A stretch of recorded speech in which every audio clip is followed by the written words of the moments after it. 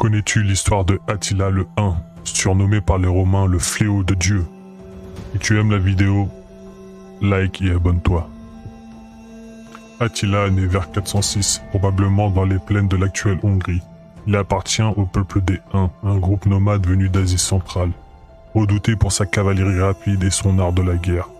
Les Huns étaient déjà installés en Europe de l'Est et servaient parfois comme mercenaires pour l'Empire romain, aussi bien d'Orient, Byzance, que de l'Occident. En 434, Attila devient roi des Huns, d'abord avec son frère Bleda, puis seul après l'avoir fait assassiner vers 445. Sous son commandement, l'Empire unique atteint son apogée. Il contrôle un immense territoire allant de la mer Noire jusqu'à la Germanie. Attila se fait rapidement craindre de tout le monde. Il impose un tribut à l'Empire romain d'Orient, Byzance, menaçant de ravager les Balkans s'il n'est pas payé. Il mène plusieurs campagnes militaires dévastatrices en Thrace, en Irie, en Messie, actuellement Serbie, Bulgarie, semant la terreur partout où il passe.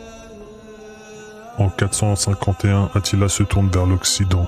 Il traverse le Rhin avec une énorme armée composée non seulement de Huns, mais aussi de nombreux peuples alliés ou soumis. Il envahit la Gaule, puis plusieurs villes, et se dirige vers Orléans.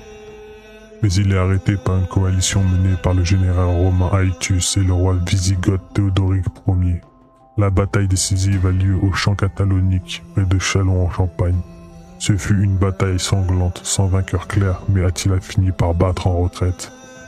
Attila meurt en 453 dans des circonstances mystérieuses. La tradition raconte qu'il serait mort pendant sa nuit de noces, d'une hémorragie nasale ou d'un étouffement provoqué par l'alcool. Après sa mort, ses fils se disputent son empire, qui s'effondre rapidement.